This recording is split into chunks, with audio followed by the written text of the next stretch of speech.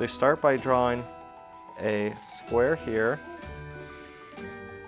and a rectangle right next to it. A triangle, you can do it a little on its side, but make it a pretty tall triangle.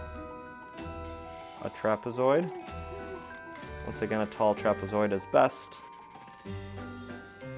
Another rectangle right here, kind of shooting out. Triangle. Another rectangle. A skinny trapezoid. Square.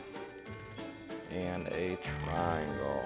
All right, so there's all the frame of the house. Now you're gonna add some windows. So really anywhere there's a square, we'll add one right here, and you'll add it by doing rectangles or squares.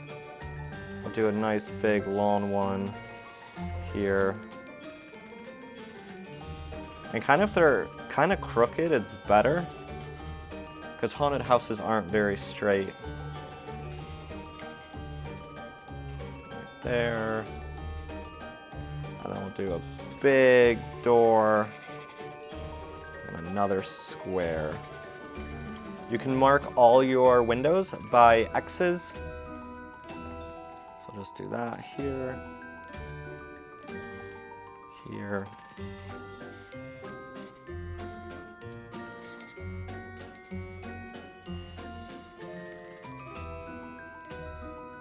And now all there's left to do is fill it in.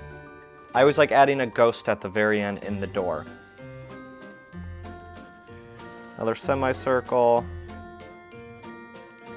squiggles, 2 circles for eyes, and an oval for a mouth.